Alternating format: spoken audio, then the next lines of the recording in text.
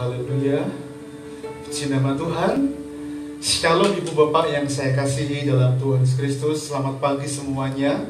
Selamat menyiapkan diri untuk masuk dalam hadirat Tuhan dalam ibadah kita pada pagi ini. Saya akan mengajak Bapak Ibu Saudara bangkit berdiri bersama-sama. Kita akan mulai ibadah kita pada pagi ini dengan kesungguhan dan segenap hati. Kita datang kepada Tuhan supaya ibadah kita sungguh-sungguh mendapatkan perkenanan yang datang dari Bapa kita di surga. Kusanjung kau di tempat tinggi, kusanjung kau di tempat tinggi, sebab Engkau Imam besar agung.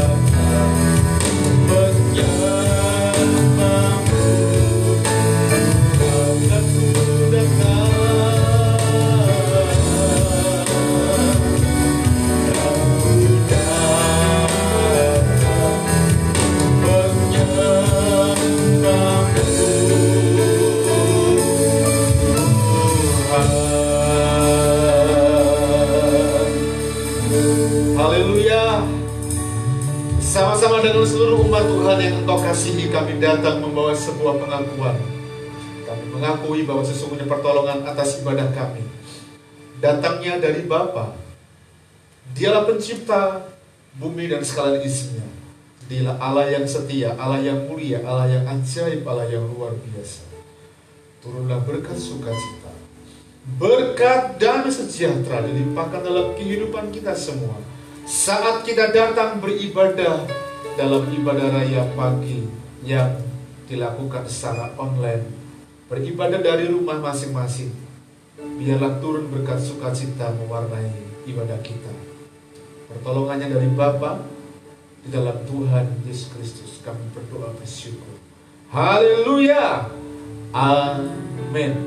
Silakan duduk Ibu Bapak yang saya kasihi dalam Tuhan Yesus Kristus. Alkitab menjawab dari Mazmur 46 ayat 1 sampai dengan ayat yang ke-12. Demikian firman Tuhan. Untuk memimpin biduan dari Bani Korah dengan lagu Alamot nyanyian. Allah itu bagi kita tempat perlindungan dan kekuatan sebagai penolong dalam kesesakan sangat terbukti.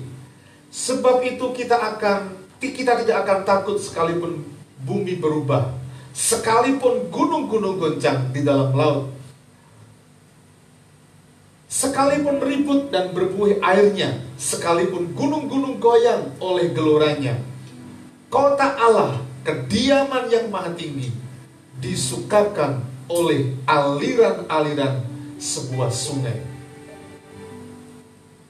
Tuhan semesta alam menyertai kita. Kota benteng kita ialah Allah Yakub. Pergilah, pandanglah pekerjaan Tuhan yang mengadakan pemusnahan di bumi, yang menghentikan peperangan sampai ke ujung bumi, yang mematahkan busur panah, menumpulkan tombak, membakar kereta-kereta perang dengan api. diamlah dan ketahuilah bahwa akulah Allah. Aku ditinggikan di antara bangsa-bangsa, ditinggikan di bumi. Tuhan semesta alam menyertai kita. Kota benteng kita ialah Allah Yakub. Amin. Selamat beribadah. Tuhan memberkati kita semua. Biar kita menikmati hadirat Tuhan pada pagi ini, dan segenap hati dan kesungguhan kita menikmati berkat Tuhan saat kita beribadah kita dari rumah kita masing-masing. Tuhan memberkati kita.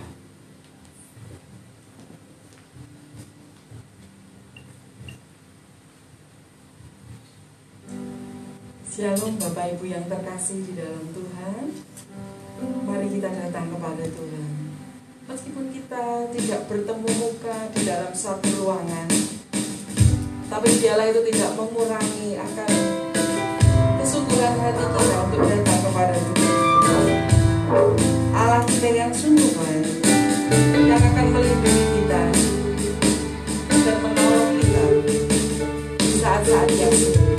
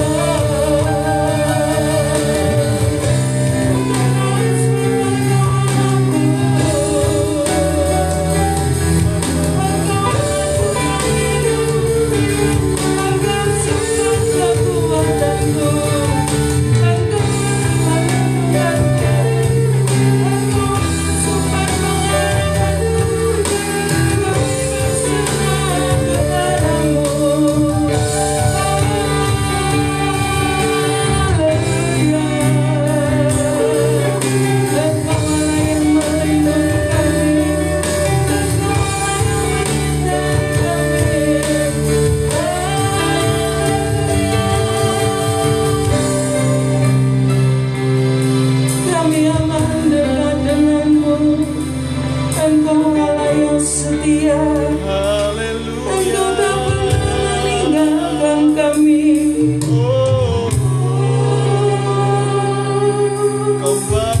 Sekalipun kami ada di jalan-jalan yang gelap, Engkau Allah yang menuntun hidup kami. Engkau Allah yang memimpin kami. Penyertaan-Mu sempurna dan kami mau bersyukur.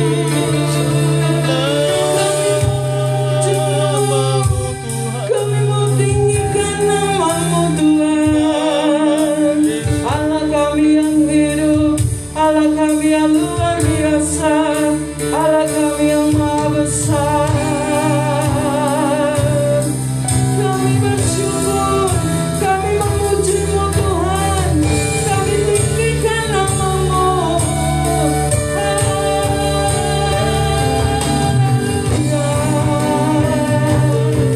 Biarlah segala pujian hormat hanya bagi-Mu Tuhan.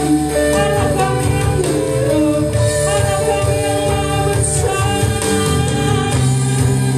Kami bersyukur, kami tak menyerah seperti Kau.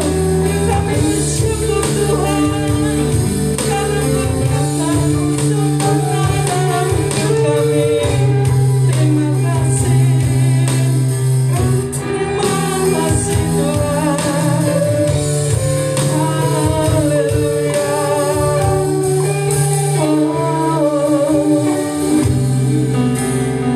Terima kasih Tuhan. Bapa, kami bersyukur Tuhan. Sekalipun kami ada di jalan-jalan yang sukar, sekalipun keadaan tidak mudah, penyertaan-Mu sempurna. Kadang-kala kami tidak bisa melihat karena keterbatasan pikiran kami secara manusia. Tapi Engkau adalah Allah yang penuh dengan kasih setia dan rahmat. Engkau tak pernah meninggalkan kami. Engkau terus memimpin kami. Engkau menopang hidup kami. Engkau melindungi kami. Sehingga kami selalu ada di dalam rencana dan kehendak Tuhan. Pagi ini Tuhan, kami mau datang kepada Engkau. Kami ingin menikmati hadirat-Mu. Kami ingin menikmati kasih-Mu. Kami mau mengucap syukur untuk kebaikan Tuhan. Urapi kami semua dengan Roh Kudus-Mu Tuhan. Meskipun kami ada di rumah kami masing-masing, mengikuti ibadah secara online, kiranya jamahan Tuhan, hadirat Tuhan itu juga kami rasakan. Kami semuanya diberkati Tuhan. Terima kasih Tuhan, terima kasih. Pimpin ibadah kami pada pagi hari ini ya Tuhan. Di dalam nama Tuhan Yesus kami berdoa dan bersyukur, haleluya. Amin. Kita bersyukur ya saudara, bahwa keadaan yang sulit ini Tuhan tetap menyertai kita. Kalau ada sukacita di dalam hati kita, maka itu menjadi kekuatan dalam hidup kita. Jangan biarkan keadaan ini membuat kita khawatir, membuat kita lemah, kita tidak mendengar firman Tuhan. Tetapi biarlah kita mencondongkan telinga kita, hati kita kepada firman Tuhan, kepada Tuhan sendiri, Allah sumber perlindungan, pertolongan kita, yang memberikan sukacita dari surga itu melimpah untuk kita semua, supaya kita sanggup menghadapi segala kesulitan yang harus kita alami hari-hari ini. Terima sukacita surga.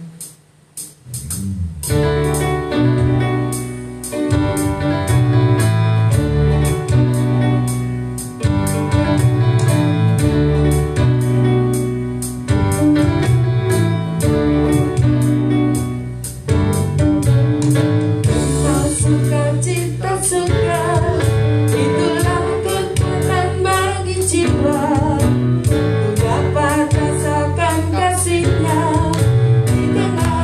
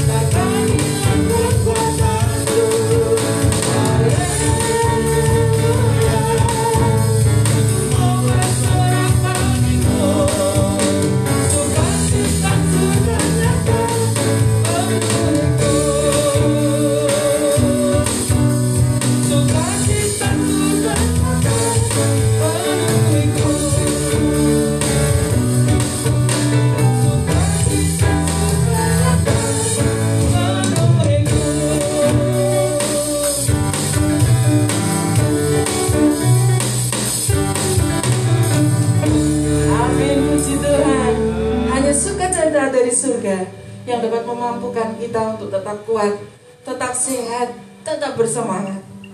Kini waktunya kita akan mendengarkan firman Tuhan. Firman Tuhan yang memberi kekuatan dalam hidup kita, yang akan menjadi pengingat bagi kita, penuntun jalan hidup kita, bahwa apapun yang terjadi, Tuhan adalah sumber kekuatan kita, perisai kita, penolong kita.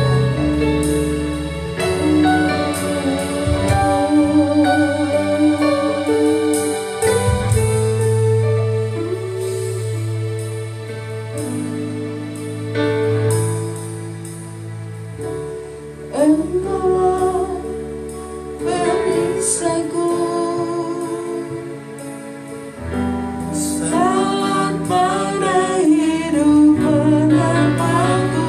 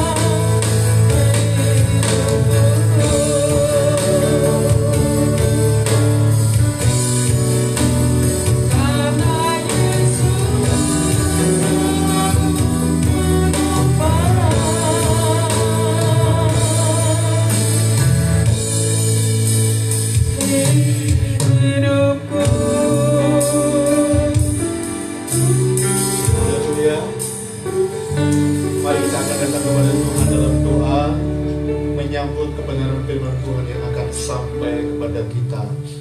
Kami berdoa kepada Engkau ya Tuhan Yesus, mari Engkau memberikan pengurapan yang baru, sehingga firman-Mu yang kami dengar sungguh-sungguh akan menjadi kekuatan bagi kehidupan iman dan percaya kami, terutama di masa yang harus kami lalui bersama-sama di masa pandemi sekarang ini Tuhan.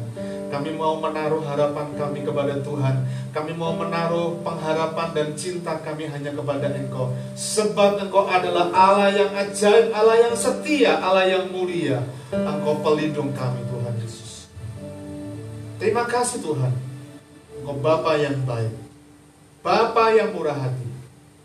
Bekerjalah dengan kuasa Tuhan di hidup kami melalui kehidupan kami. Pakai hamba-Mu untuk menjadikan berkat bagi seluruh umat Tuhan, jemaat Tuhan yang Engkau kasihi, mereka yang ada di rumah mereka masing-masing. Tuhan, mari Engkau bekerja dengan kuasa Tuhan, sehingga pagi ini kami mendapatkan kekuatan yang baru yang bersumber dari firman Tuhan. Terpujilah Engkau Bapa yang baik, Bapa yang mulia. Demi nama Tuhan kami berdoa dan syukur. Haleluya, amin.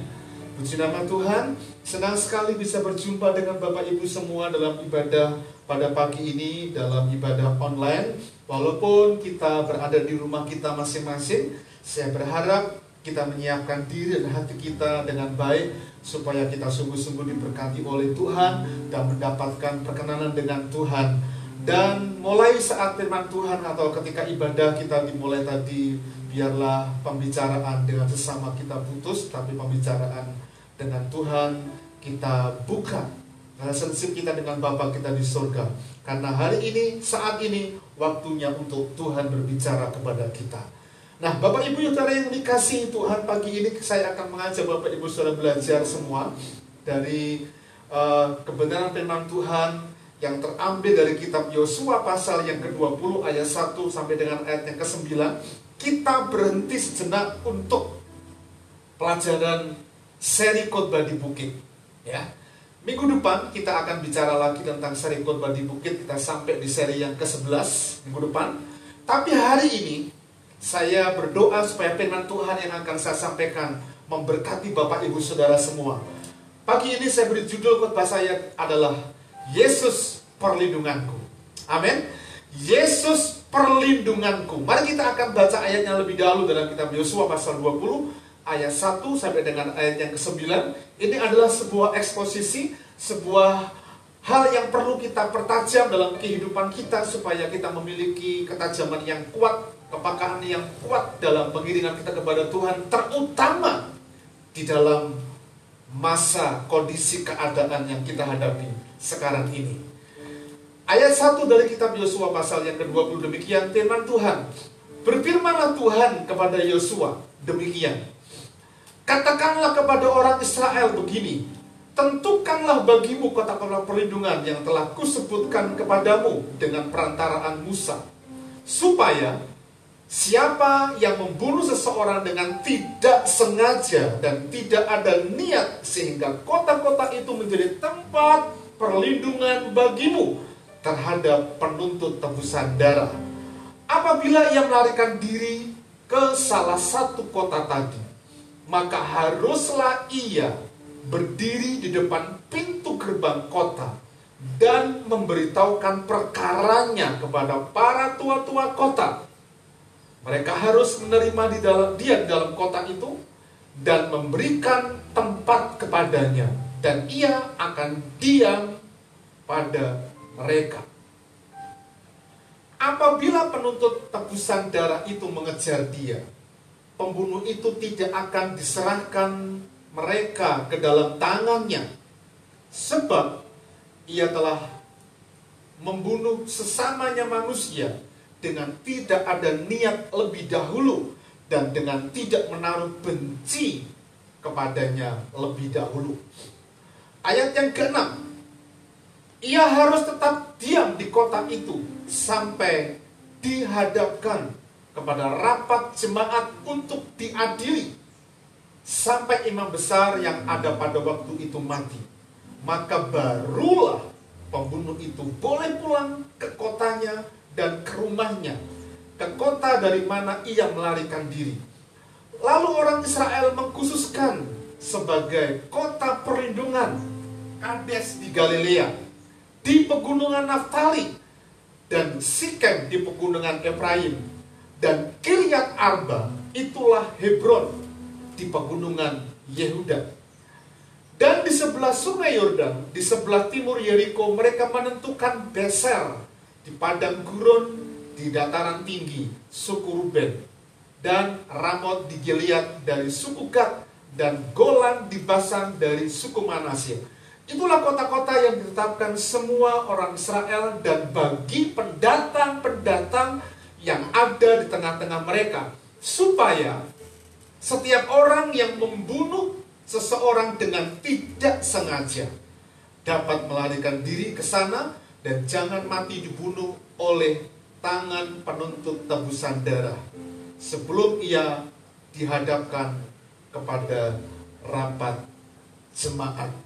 Bapak Ibu Saudara yang dikasihi Tuhan, inilah tempat yang ditentukan oleh Yosua dan bangsa Israel setelah mereka masuk ke tanah Kanaan, menduduki tanah Kanaan, setelah tentunya mereka merebut kota-kota yang ada di tanah Kanaan itu seperti yang dikehendaki oleh Allah. Tugas utama adalah Yosua membawa masuk bangsa Israel masuk ke tanah Kanaan, merebut kota-kota itu dan membagikannya kepada suku-suku Israel. Dan ketika mereka diam, tinggal membagi warisan milik pusaka, Yosua itu kemudian menetapkan yang dinamakan kota perlindungan. Tujuannya apa? Tujuannya adalah supaya orang Israel, baik pendatang juga yang melakukan kesalahan dengan tidak disengaja, mereka lari ke tempat itu, mereka ada di kota itu dan menghadapkan perkaranya kepada para tua-tua,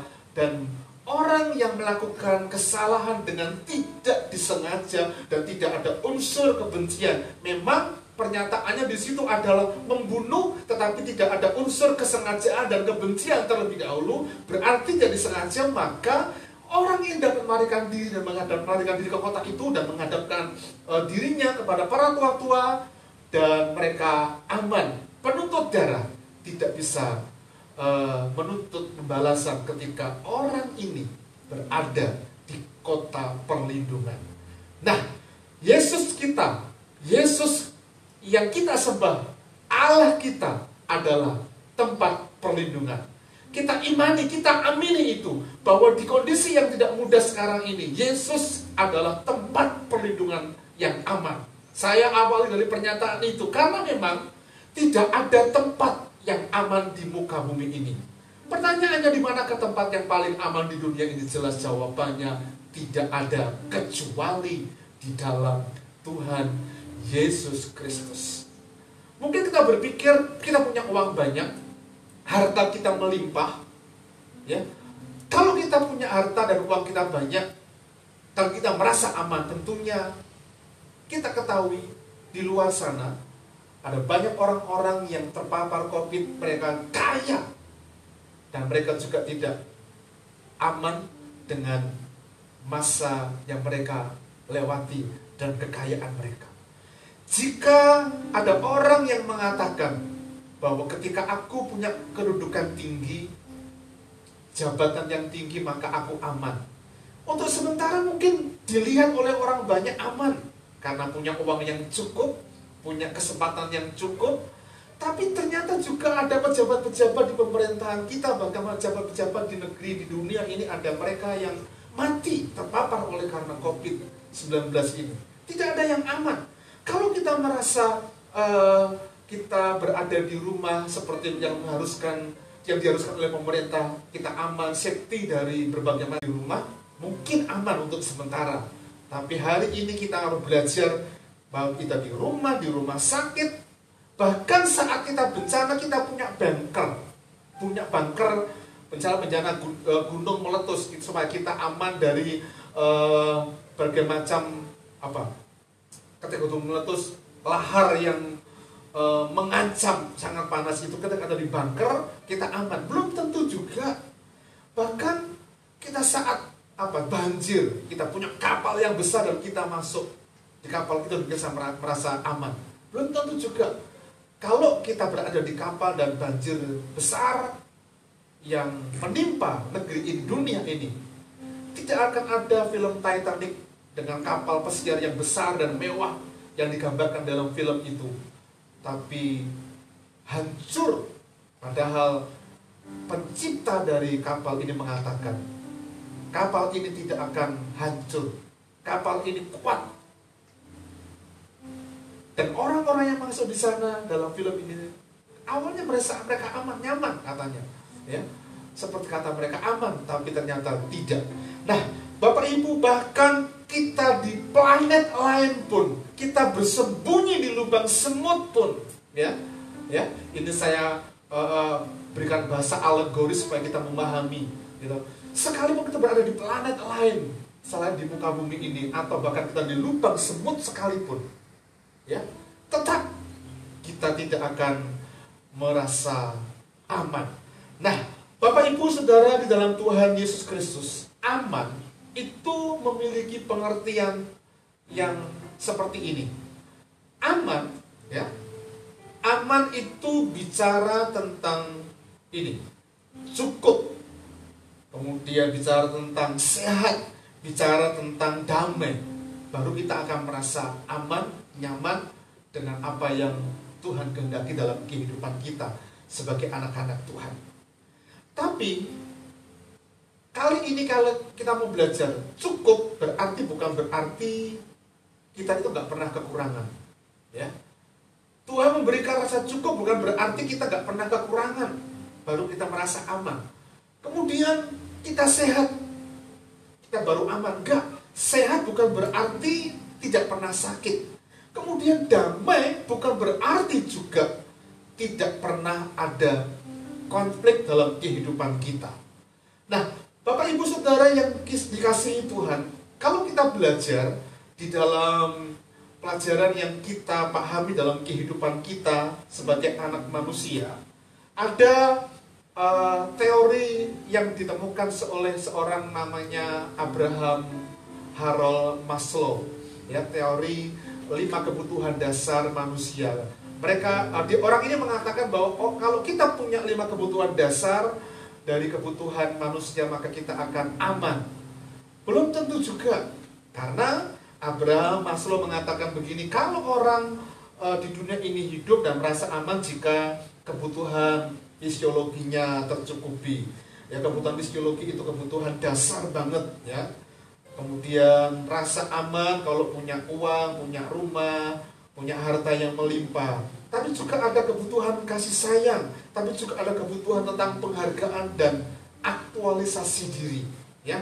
Ini sebuah teori. Dan kembali saya mau katakan bahwa tidak ada kata yang aman di dunia ini kecuali dalam Tuhan Yesus Kristus. Hanya di dalam Yesus kita akan mendapatkan perlindungan sejati. Hanya di dalam Tuhan Yesus Kristus kita akan mendapatkan perlindungan dan kita akan merasa aman. Dan di awal tadi saya katakan bahwa aman itu berarti cukup ketika berada dalam Kristus Yesus. Bukan berarti kita nggak pernah kekurangan. Aman dalam arti ketika kita menjadikan Yesus sebagai juru selamat kita menjadikan sebagai perlindungan dalam kehidupan kita. Bukan berarti sehat itu nggak pernah sakit.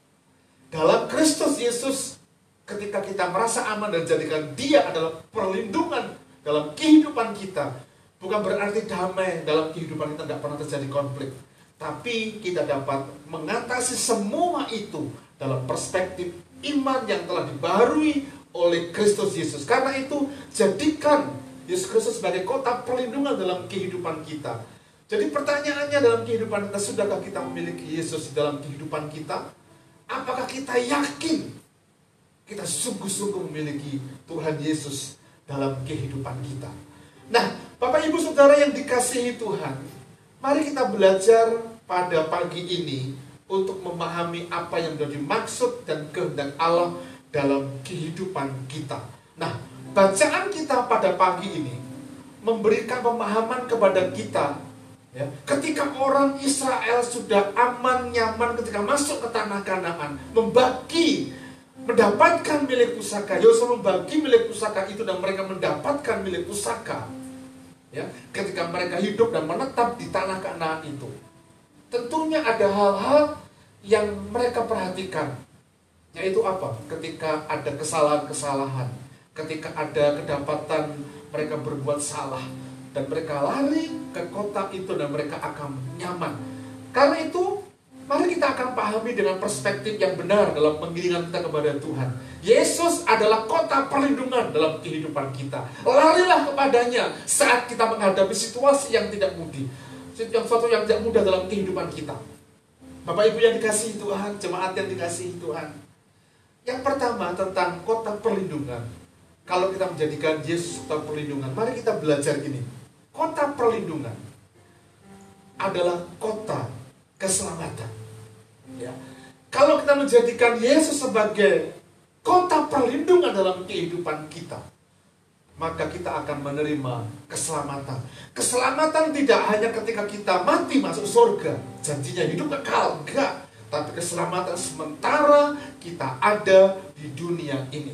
Tadi ayat 1 itu paralel dengan kita bilangan pasal 35 ayat yang ke-13. Ayat 1 dalam kitab Yosua mengatakan begini, berfirmanlah Tuhan kepada Yosua. Ya, di Alkitab kita, di HP kita, di tab kita, di netbook kita dan sebagainya, kalau kita aplikasi Alkitab ada di situ, maka akan ada bintang di situ. Berarti ada sesuatu. Kalau kita klik di situ, itu berarti ada paralel.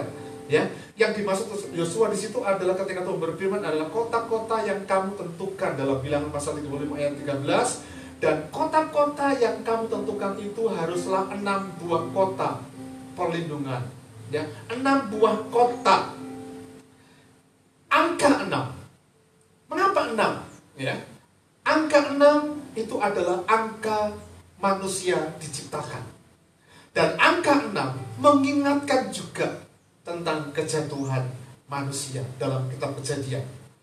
Tapi dalam kejatuhan manusia juga mengingatkan, ya, kejatuhan manusia dalam dosa yang saya maksudkan. Mengingatkan akan apa? Mengingatkan akan penebusan dosa. Ya. Jadi angka 6 itu adalah angka apa? Manusia diciptakan, mereka ditaruh setelah dibentuk oleh Allah, diciptakan oleh Allah, mereka ditaruh di Taman Eden dan mereka menikmati kehidupan. Itu hari ke-6, ya.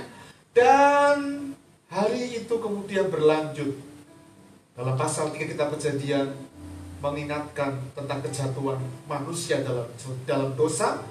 Dan ketika kitab Kejadian pasal 3 itu kita bacakan ayat 6 dari kitab Yosua pasal 20 lebih dahulu, ia harus tetap diam di kota itu sampai ia dihadapkan kepada rapat jemaat untuk diadili, sampai imam besar yang ada pada waktu itu mati.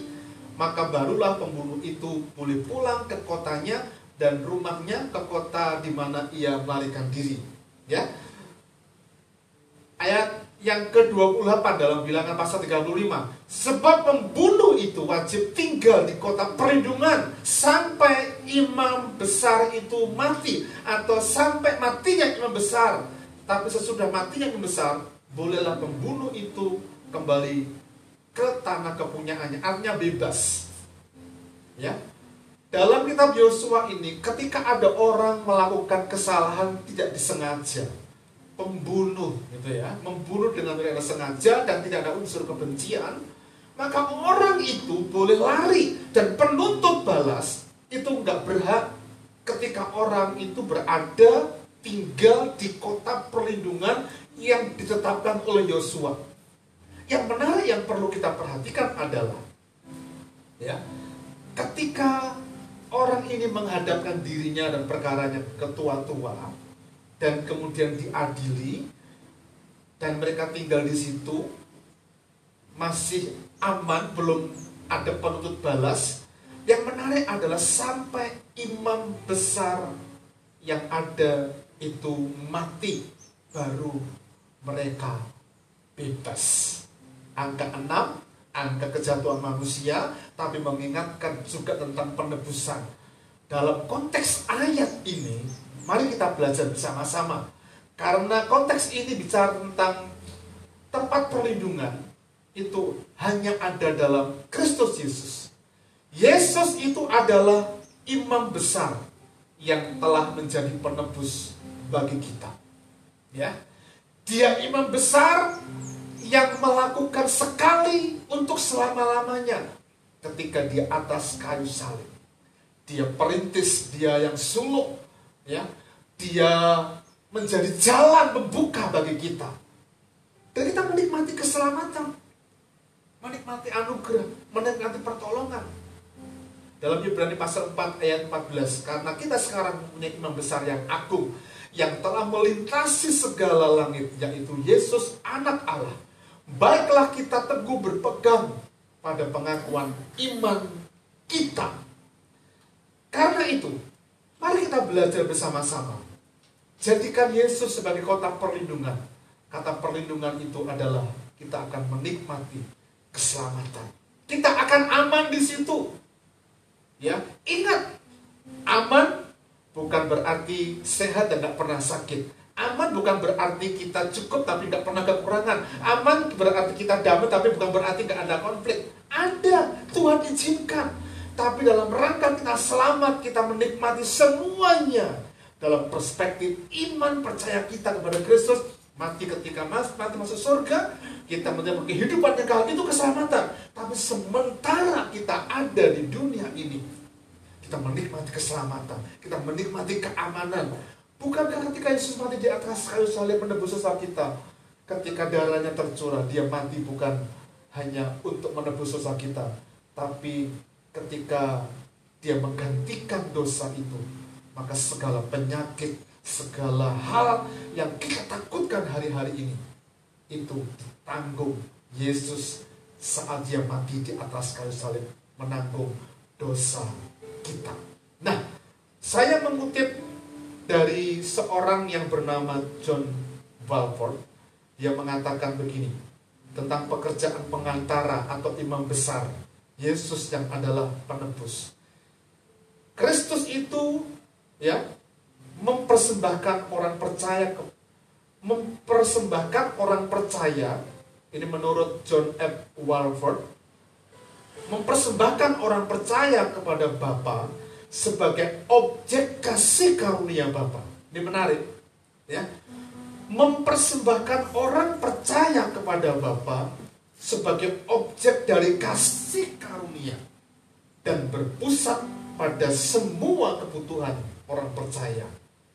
Di dalam arti Alkitabiah, konsep intercession atau pengantara imam besar itu mempunyai hubungan khusus dengan pekerjaan Kristus oleh karena kelemahan dan pencobaan orang percaya yang bertujuan untuk melawan dosa. Jadi menarik banget ini. Keselamatan sudah kita terima, kita menerima anugerah Tuhan. Yes, karena kita adalah objek kasih karunia dari Bapa.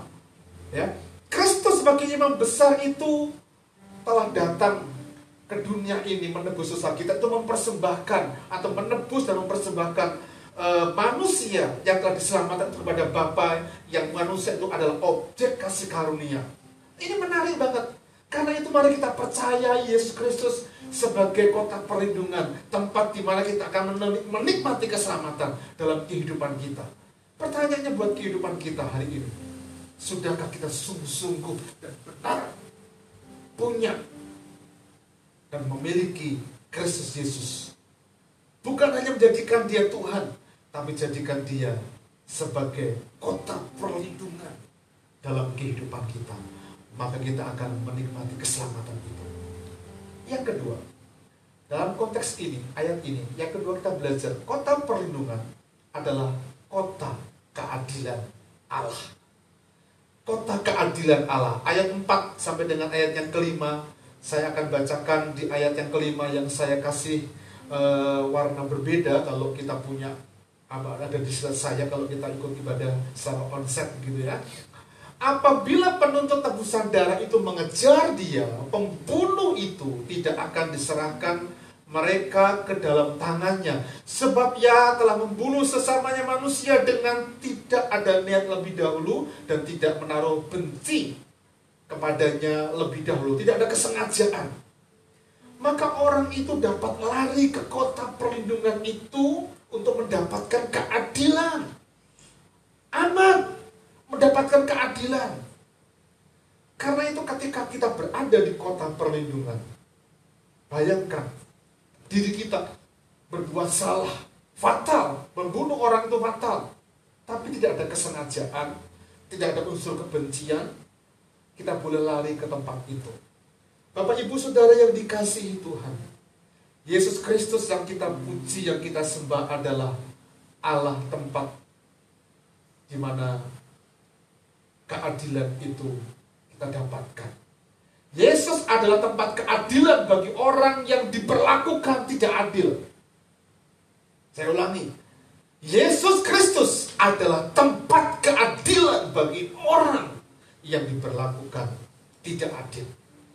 Perhatikan baik-baik, sepanjang pelayanan Tuhan Yesus Kristus ada contoh-contoh di masyarakat Yahudi, di masyarakat Palestina, di masyarakat Israel yang kita ketahui dari kebenaran Alkitab, ada orang-orang yang diperlakukan tidak adil, tapi Yesus memperlakukan mereka dengan adil.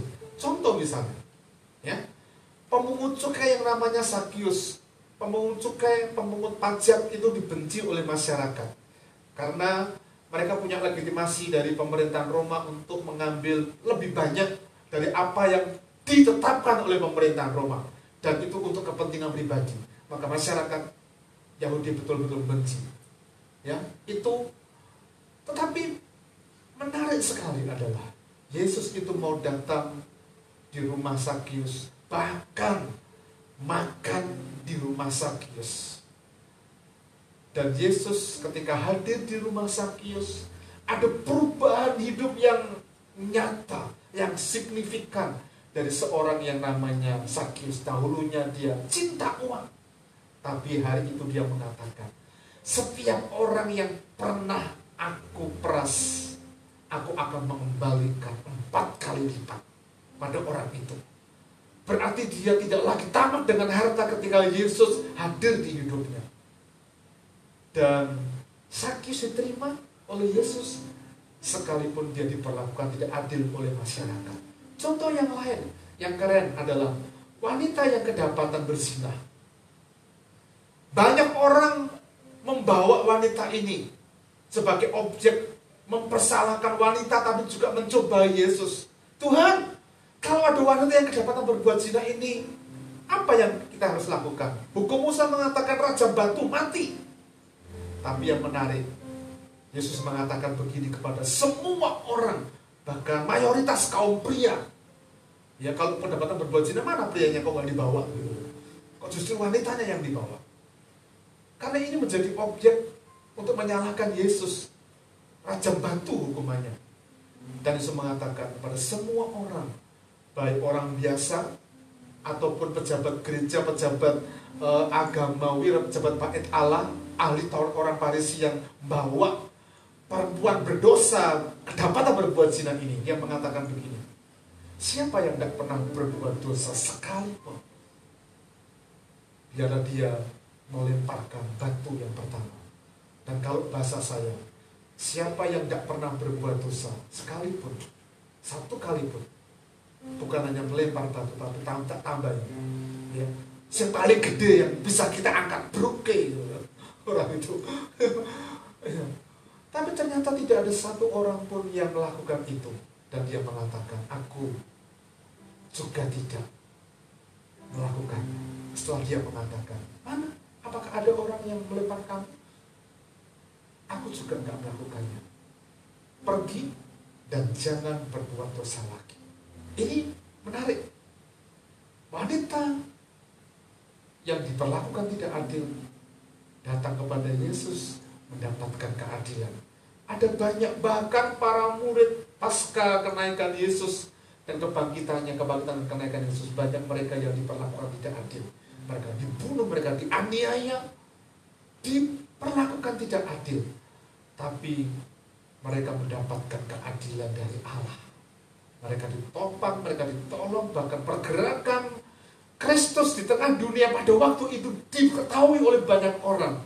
Bahkan ketika Paulus ditangkap untuk menjadi saksi pemberita Injil, di mana-mana maka hari itu sebetulnya Allah sedang menunjukkan bahwa aku adil kepada orang yang diperlakukan tidak adil. Apakah hari ini kita diperhadapkan hal yang seperti itu? Kita diperlakukan tidak adil oleh bos kita. Kita diperlakukan tidak adil oleh sesama kita. Kita diperlakukan tidak adil oleh anak-anak kita, oleh suami kita, oleh istri kita. Kita diperlakukan tidak adil kepada orang-orang yang dalam tanda petik itu memusuhi kita. Datanglah kepada Yesus, kota perlindungan. Kita akan mendapatkan keadilan. Yang ketiga, kota perlindungan itu juga berbicara tentang kota kebahagiaan. Ya, kota perlindungan adalah kota kebahagiaan. Rut pasal 3 ayat 1. Ya, Yosua, hakim-hakim dan Rut itu satu konteks, satu zaman, ya, dalam sejarah Israel. Rut pasal 3 ayat 1, saya mau katakan dari demikian firman Tuhan. Lalu Naomi, mertuanya itu berkata kepadanya, anakku, apakah tidak ada baiknya jika aku mencari tempat perlindungan bagimu supaya engkau bahagia. Tempat perlindungan bagimu supaya engkau bahagia. Bapak Ibu Saudara yang dikasihi Tuhan, ketika orang bersalah dan diperlakukan aman di kota perlindungan itu, supaya ada perasaan bahagia tujuannya. Tapi saya mau ajak Bapak Ibu Saudara memahami dari Rut pasal 3 ayat 1 ini. Ya, kebahagiaan itu akan didapatkan oleh Rut ketika dia mendapatkan perlindungan. Naomi ketika pulang ke Bethlehem, setelah dari Moab ada bencana, suami dan kedua anaknya mati, menantunya yang satunya yang namanya Orpa meninggalkan dia, tapi Naomi bersama-sama tinggal di Bethlehem. Rut ini adalah seorang yang istimewa. Dia pekerja keras, dia baik hati, sayang dengan mertuanya. Dia membanting tulang, memeras keringat, bekerja keras untuk menghidupi dirinya dan mertuanya.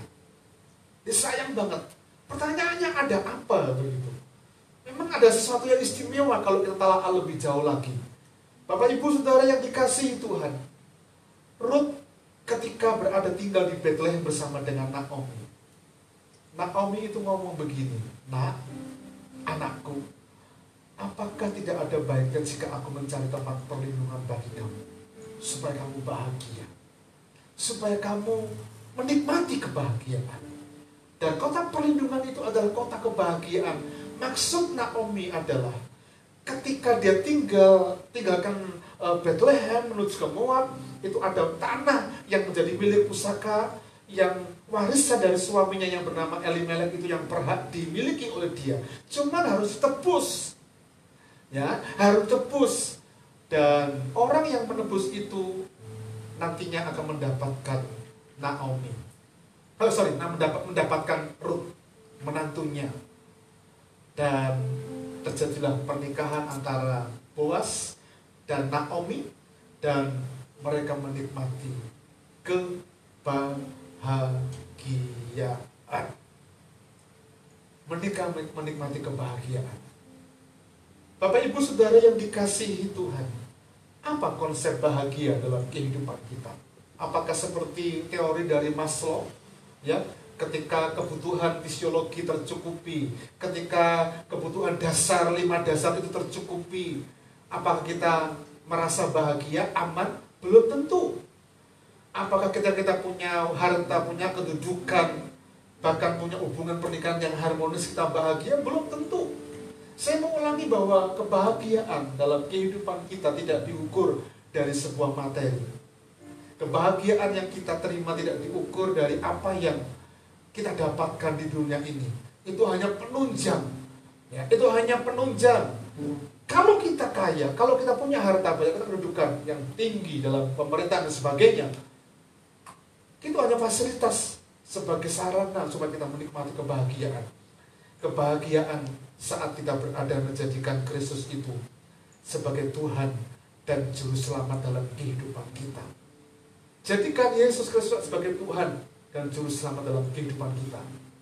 Mesias, penolong dalam kehidupan kita. Dalam Matius 16 ayat 17, Tuhan tuh pernah tanya kepada murid-muridnya, menurut aku, siapa kamu? Dan Petrus mengatakan, Tuhan adalah Mesias. Yang lain mengatakan, kau Yeremia, kau Elia, dan sebagainya. Tapi Petrus mengatakan, kamu adalah Mesias. Dan kalimat ini yang membuat Yesus ngomong begini, berbahagialah engkau, Simon bin Yunus, sebab bukan manusia yang menyatakannya itu kepadamu, melainkan kepada Bapakku yang di sorga. Karena itu, jadikan Yesus sumber kebahagiaan. Karena ketika kita mengakui Yesus adalah Mesias Juru Selamat dalam kehidupan kita, kota perlindungan itu, kita akan menikmatinya dan kita akan menikmati kebahagiaan itu. Dan pengakuan Yesus kepada Petrus, berbahagialah engkau, dari kata makarios. Makarios, ya.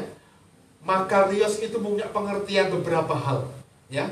Jadi bahagia itu dimulai dari sebuah pengakuan kepada hidup kita. Jadikan Yesus adalah Mesias. Kalau jadikan Yesus adalah Mesias, kita secara otomatis jadikan Yesus kota perlindungan dan kita akan menikmati kebahagiaan sama seperti yang dialami oleh Petrus. Dia mengalami kebahagiaan. Berbahagialah engkau, Simon bin Yunus. Ini yang menyatakan bukan Petrus, tapi Tuhan Bapa kita di sorga yang menyatakannya lewat mulut Petrus, sehingga Yesus mengatakan berbahagia. Dan ketika kita menjadikan Yesus Kristus sumber kebahagiaan, maka kita akan menikmati kebahagiaan. Dan kata makarios, bahagia itu berarti sangat diberkati, beruntung, diberkati bahagia dan sungguh-sungguh menikmati kebahagiaan. Bapak, Ibu, Saudara yang dikasihi Tuhan, Yesus adalah kota perlindungan yang sanggup memberikan kebahagiaan sejati. Amin. Yesus adalah kota perlindungan yang sanggup memberikan kebahagiaan sejati. Kebahagiaan dunia yang diberikan kepada kita itu semu.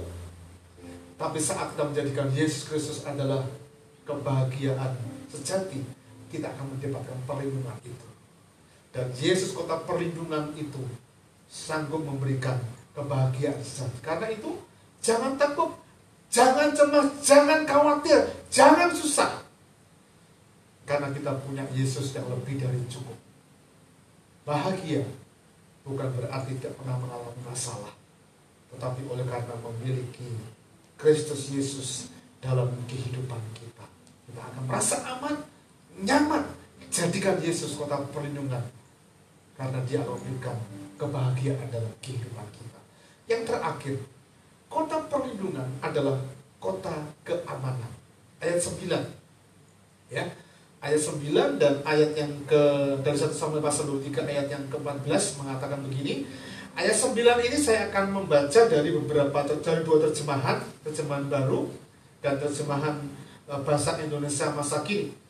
Itulah kota-kota yang ditetapkan bagi semua orang Israel dan bagi pendatang-pendatang yang ada di tengah-tengah mereka, supaya setiap orang yang membunuh seseorang dengan tidak sengaja dapat melarikan diri ke sana dan jangan mati dibunuh oleh tangan penuntut tebusan darah sebelum ia dihadapkan kepada rapat jemaat. Ayat 9 dari terjemahan bahasa Indonesia masa kini, itulah semuanya kota-kota suaka, ya, yang ditentukan untuk seluruh Israel dan untuk setiap orang asing yang tinggal di tengah-tengah mereka. Perhatikan ini, setiap orang yang membunuh orang lain dengan tidak sengaja boleh mendapatkan perlindungan di kota-kota itu dari kejaran orang yang mau membalas dendam kepadanya, ya, dari penuntut balas, dari orang yang membalas dendam. Supaya apa? Aman. Hal ini juga yang dialami oleh Daud dalam 1 Samuel pasal yang ke-9. 1 1 Samuel pasal 23 ayat 14. Maka Daud tinggal di padang gurun. Ketika apa? Ketika dikejar oleh Saul. Saul mau membalas dendam. Tetapi dia berada di tempat-tempat perlindungan. Ia tinggal di pegunungan, di padang gurun Sif bersama dengan anak buahnya. Dan selama itu Saul mencari dia. Tetapi Allah tidak menyerahkan dia ke dalam tangannya. Daud menjadikan kota perlindungan. Allah itu adalah tempat perlindungan. Karena itu Saul tidak sanggup untuk mendapatkan Daud. Saul benci dengan Daud. Saul akan membalas dendam kepadanya. Dan dia ada di tempat kota perlindungan itu. Karena itu dia aman. Maka perhatikan baik-baik dalam perjalanan hidup Daud. Mazmur 9 ayat yang ke-9 atau dalam Alkitab kita ayat yang ke-10 dalam Alkitab elektronik, ya. Demikianlah Tuhan adalah tempat perlindungan bagi orang yang terinjak, tempat perlindungan pada waktu kesakan. Daud menjadikan Allahnya sebagai kota perlindungan. Ketika dia sembunyi, dia lari dari kejaran musuh. Dia lari dari orang yang mau membalas dendam kepadanya. Dan kota perlindungan bagi kita adalah kota keamanan. Jadikan Yesus itu perlindungan dalam kehidupan kita. Saya sebelum mengakhiri dengan sebuah kesimpulan akan bersaksi sejenak. Saya mau katakan bahwa doa yang kita naikkan kepada Bapa kita di surga itu adalah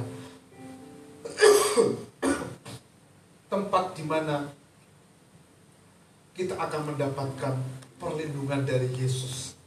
Jadikan Yesus Kristus adalah tempat perlindungan dalam kehidupan kita, maka kita akan aman, kita akan nyaman dari semua hal yang mengancam kita. Ya. Ketika beberapa teman, sahabat yang saya ketahui mereka terpapar COVID, saya ajak mereka tiap malam berdoa. Ada yang ringan, ada yang sedang, bahkan ada yang sudah masuk rumah sakit sampai mereka harus donor plasma 2 kali.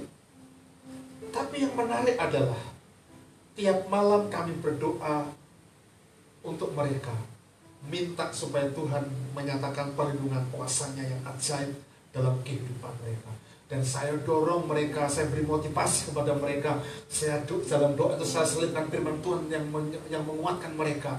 Tapi di sisi lain juga saya tolong mereka. Saya buatkan jamu, ya. Saya kirim ke rumahnya, ya. Saya doakan mereka supaya terjadi mujizat buat mereka. Dan saya bersyukur beberapa yang kami doakan mereka sembuh, mereka dipulihkan. Karena saya berharap Yesus kota perlindungan itu nyaman, aman di kehidupan mereka. Dan kami berdoa, ada hari yang ke-16 selesai berdoa, ada yang ke-14, ada yang 6 hari berdoa selesai, ada yang 3 hari berdoa selesai. Karena apa? Kalau tiap malam berarti sudah negatif, ya kita bersyukur, selesai berarti berdoanya. Tapi bukan berarti kita gak pernah berdoa lagi, ya. Enggak, tapi relationship, hubungan itu harus terjaga supaya kita akan aman. Saya mau tekankan dalam poin ini adalah jangan takut, jangan cemas, jangan khawatir. Yesus menjadi milik kita sebab roh yang ada dalam kehidupan kita itu lebih besar dari apa yang ada di dunia ini. Persoalan masalah, jadikan Yesus Kristus adalah kota perlindungan dalam kehidupan kita. Jadikan Yesus adalah kota yang aman bagi kita. Yesus juru selamat ketika kita akan mendapatkan perlindungan. Ketika kita jadikan Yesus adalah perlindungan. Ketika kita menjadikan Yesus adalah pelindung kita, kita akan mendapatkan keadilan dari Allah. Jadikan Yesus sebagai kota perlindungan ketika kita diperhadapkan ketidakadilan. Karena Yesus adalah tempat untuk kita mengadu ketika kita diperlakukan tidak adil. Yesus yang kita jadikan tempat perlindungan, kita akan menikmati kebahagiaan. Dan Yesus yang kita jadikan sebagai tempat perlindungan, maka kita akan menikmati keamanan. Amin. Mari kita akan datang kepada Tuhan dalam saat teduh kita. Walau ku harus berjalan dalam lembah kekelaman, perlindungan-Mu, oh Tuhan, nyatalah bagi hidupku.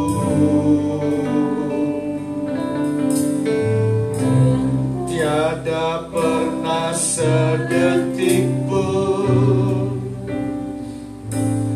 tiada pernah Kau tinggalkan.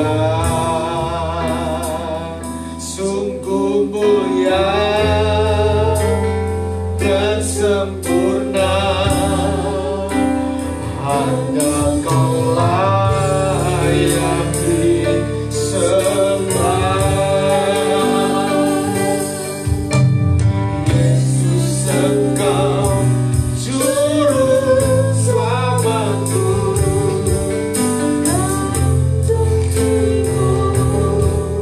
kemenanganku, selamanya kan ku nyatakan besar setiamu Tuhan di hidupku.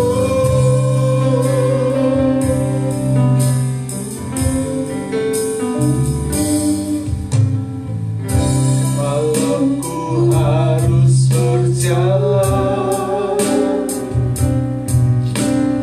dalam lembah kekelaman, perlindungan-Mu, oh Tuhan, nyatalah bagi hidupku.